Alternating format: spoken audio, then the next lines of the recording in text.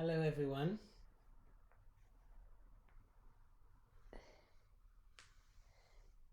I'm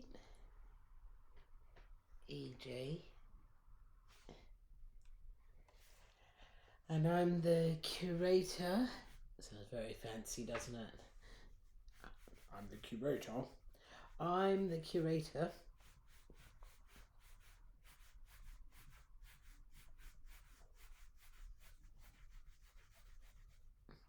of the Museum of Transology that now has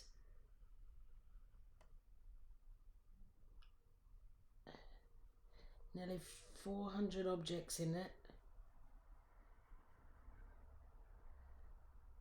making it the biggest collection of material culture relating to trans people and intersex people, non-binary people's lives. I think not just in the UK, but in the world.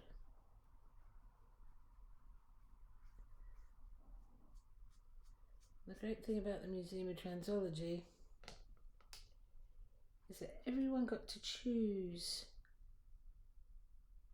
what they donated. So it's trans people's stuff and stories in their own words.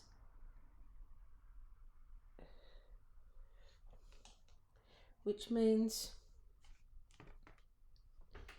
everyone is visible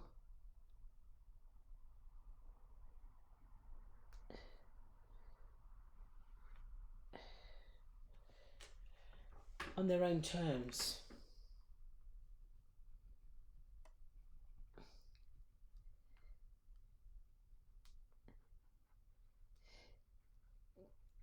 This Trans Day of Visibility, Barking and Dagenham Council are flying the trans flag in support of the community.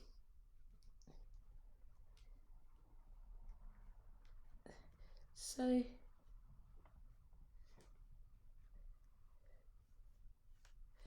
to celebrate that, as well as the pride we should all feel about being trans, we're often taught that we need to pass as cisgendered, because if we don't, we fail because we look trans. In actual fact, Trans Day of Visibility is about allowing ourselves to be as trans as we want to be. So today I thought I would talk to you on behalf of the Museum of Transology about some of the flags that represent our communities and what they mean and what their background is. So let's start off with one that I am sure we are all very familiar with. It has a blue stripe at the top,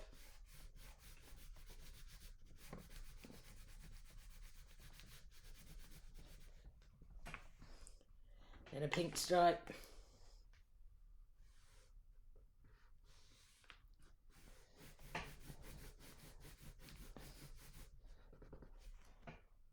a white stripe.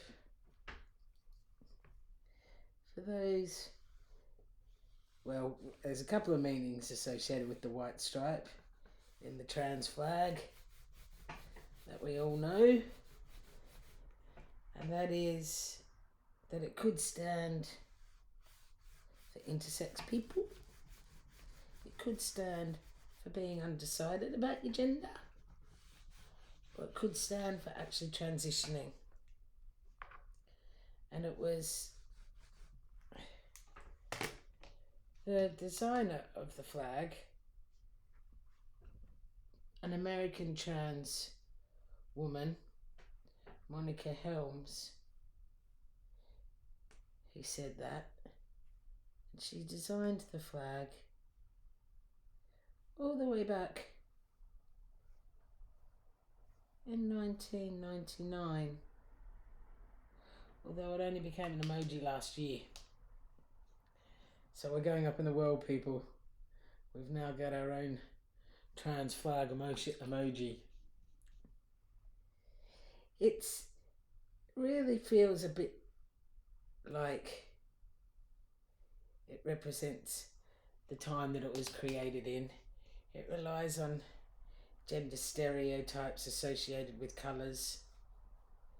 But of course, the gender stereotypes of pink being for girls and blue being for boys is as much a construct as gender itself. Indeed, in the V&A, there's a little boy's frock, which in modern terms we would call a dress, right? It's a little boy's frock and it's in magenta velvet. So basically it looks like a very expensive, beautiful little girl's dress, but it's a little boy's dress. And it just goes to show, actually, because boys used to wear frocks until they were breeches being trousers.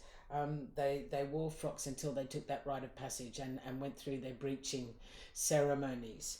And red was associated with the military and with royalty, and so it was a masculine colour, and therefore shades of it, like pink, were suitable for young boys because they were coming into their manhood. So this idea that blue is for boys and pink is for girls is absolutely a construct. And I've got mixed feelings about the flag myself, because I actually find it quite triggering. It was always thrust upon me to have gender specific colours in my bedroom, for example. As a child, it was something that I responded against. I didn't necessarily want to transition into blueness being boys and another gender stereotype.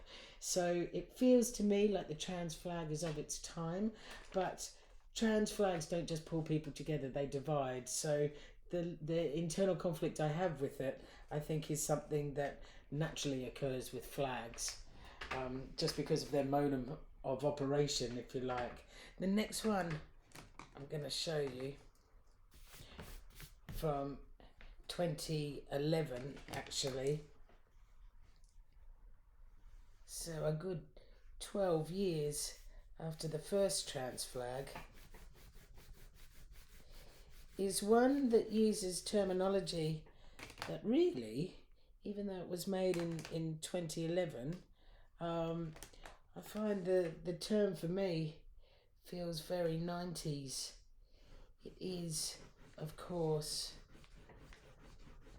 the genderqueer flag. And genderqueer being the 90s, I think it is really quite interesting, because it didn't separate gender and sexuality out. It deliberately put them both together because it politicised the idea that the gender struggle was part of the struggle for equal rights, just as much as the struggle for freedom and respect for sexuality. And it became quite a punk thing. You could always tell if someone was genderqueer because of the clothes they were wearing, which as well is interesting. So the purple is meant to be a mixture of pink and blue together, so it's both genders in one. And the green itself stood for the idea of being opposite on the colour wheel to the purple, and therefore again about this expression of freedom breaking out. And I think what's really quite interesting about it is that, of course, these are the colours, the tricolours of the suffragettes from the early 1900s, when they were struggling for their right to vote. And in the case of the suffragettes, the purple was for loyalty and dignity, the white was for purity, and the green was for hope. So they held different meanings, But actually, the same thing was going on with the suffragettes with their use of the tricolours. It was absolutely deliberately politicising the women's dress so that they could be seen and recognised on the marches. And as well, they brought that dress and those colours into their home, the domestic sphere, which specifically was a women's space in the early 1900s, the women's domain, you know, so they were politicising the home as well by introducing these colours. So it's really interesting that the artist Marilyn Roxy from 2011 chose these colours. I wonder if they were making a direct reference to the history of the gender equality movement. Okay, the next one is one that's becoming far more recognisable nowadays. Many of you will, I'm sure, know it. It starts with yellow at the top, and then it goes, which is meant to stand for genders beyond the binary, and then it goes into white, which is people with multiple genders, and then purple. Again, the purple stands for the mix of male and female, and then on the bottom of it we have black for people who don't identify as having a gender. And this, of course, is the non-binary flag. So yellow, white, purple, and the strength of black underpinning it all. Far more familiar nowadays. It was created in 2014 by a person called Kai Rowan, and interesting that it was created in 2014 because that's really the year that we started coining the term the trans tipping point in history.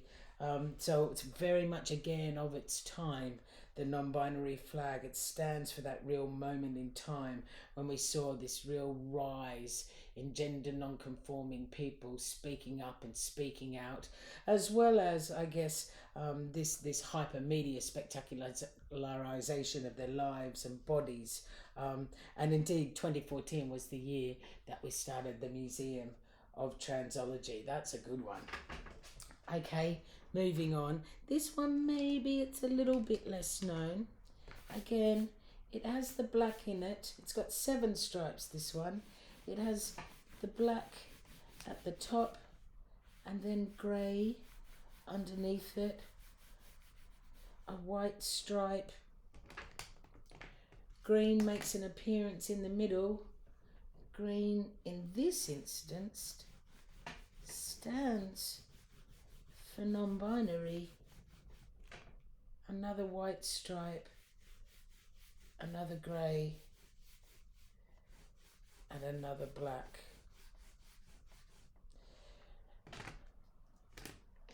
The black and white stripes are meant to be genderless and carry no gender connotations whatsoever. The grey stripe is meant to be semi-genderless. What on earth do you mean by semi-genderless, EJ? Do I hear you say? Well, you mightn't reject gender altogether, but it mightn't be something that really controls your identity. Mightn't even feel that important to you. So it's there, but it's not everything. And then in the middle we have green, this time potentially because it's more aligned with gender neutral. And this, my friends, also from 2014, is the agender pride flag. And the agender pride flag was invented by a person called Salem X. So there you have it. Over to something that I know everyone will recognise because it's entirely ubiquitous, of course. although it too has gone on its own journey since it was invented in 1978 by a designer called Gilbert Baker, who was a friend of Harvey Milk, the first gay man to be elected to Parliament in the US in San Francisco. And this flag was invented when Harvey asked his friend Gilbert to design something that would be recognisable, that they could take on the San Francisco gay freedom celebration marches. And interestingly, where's my purple? It's not as driven by identity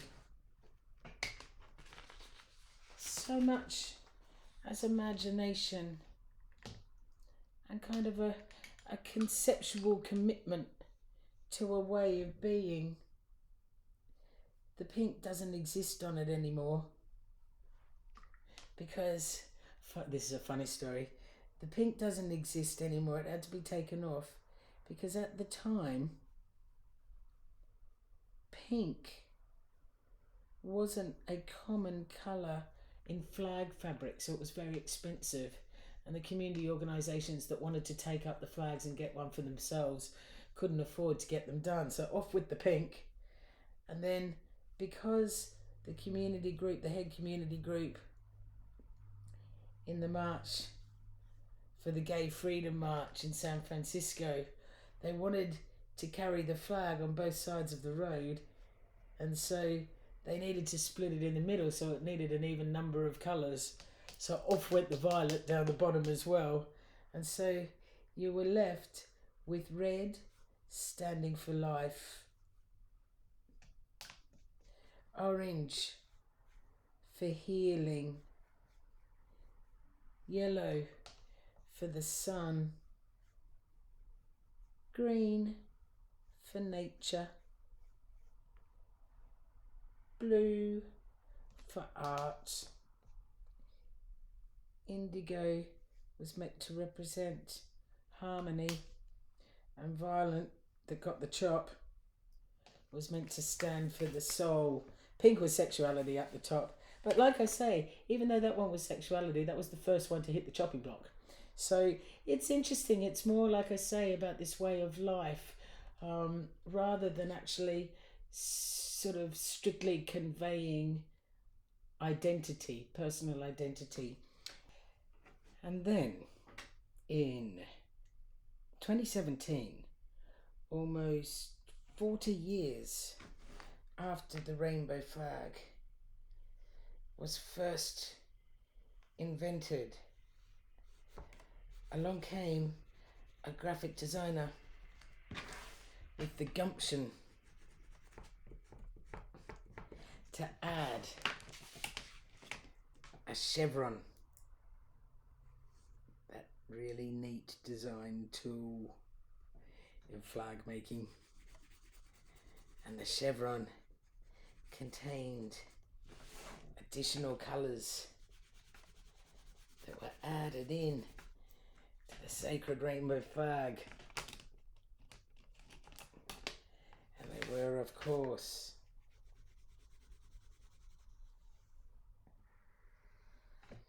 white,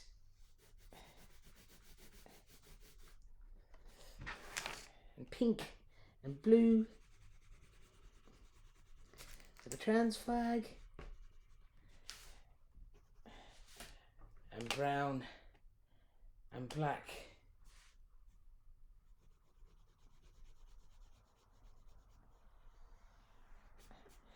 to signify QBPOC inclusivity, QBPOC, queer, trans, indigenous, queer, trans, intersex, black, indigenous, people of colour. Now, unfortunately, you don't have to look, sadly, outside the gay community to find racism and transphobia. And unfortunately, it reared its ugly head when these additions to the rainbow flag started to be adopted by community groups, community arts groups. Some people said that it ruined the aesthetic of the flag, as if aesthetics was more important than the protest that the flag once stood for and was being updated to continue to stand for.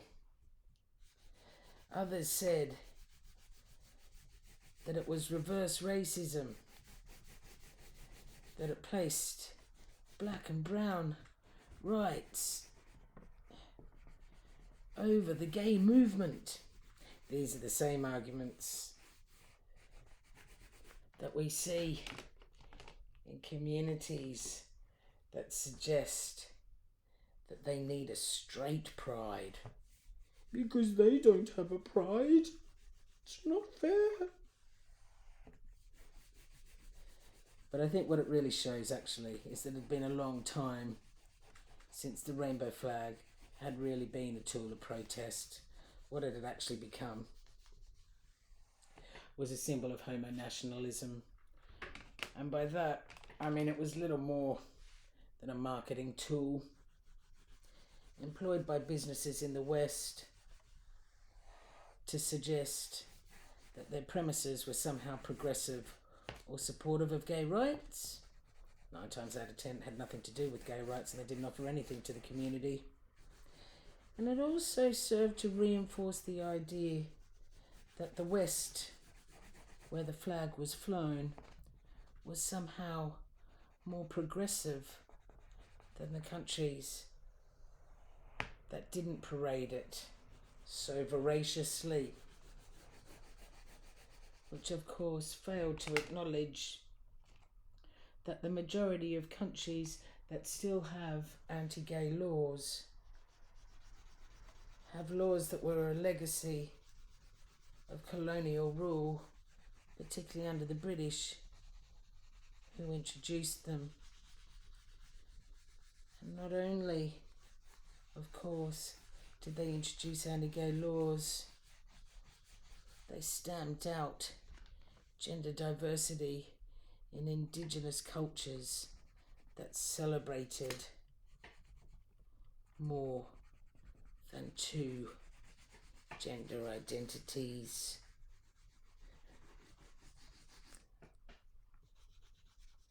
And so what we see really is the flag, like all other flags, becoming a tool of territory, meant to mark as a marker that not only says whose place it is, but also says keep out to those who don't belong.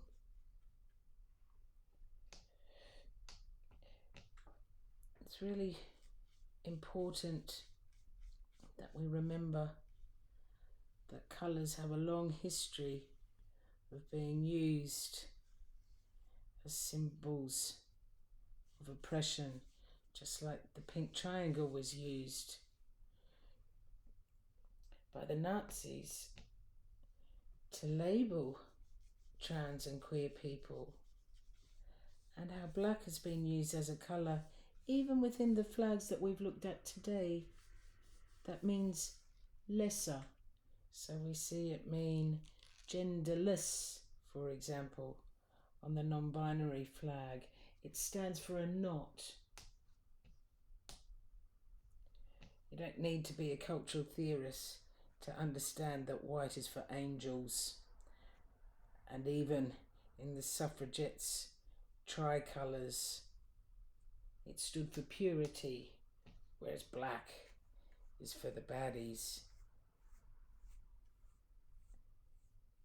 Adding the chevron to this flag has updated its political potency.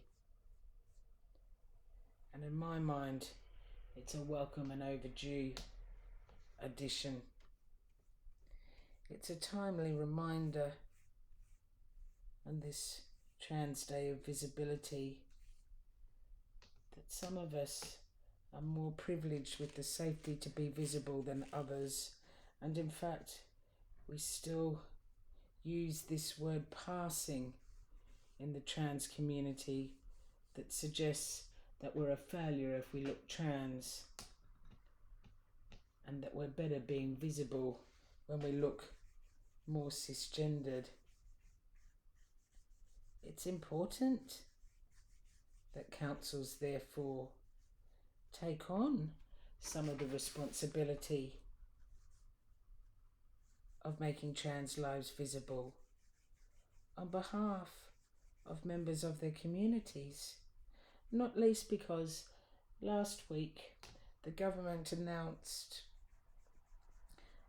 that the Union Jack was to be flown every day of the year on all government buildings instead of on just special days of the year, special according to the government, such as the Queen's birthday.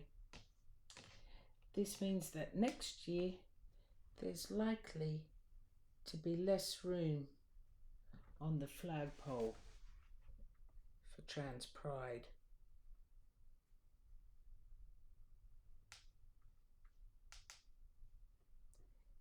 It's a timely lesson to understand the roots of our flags are meant to lie in a protest for equal rights for everyone. Happy Trans Day and Visibility 2021.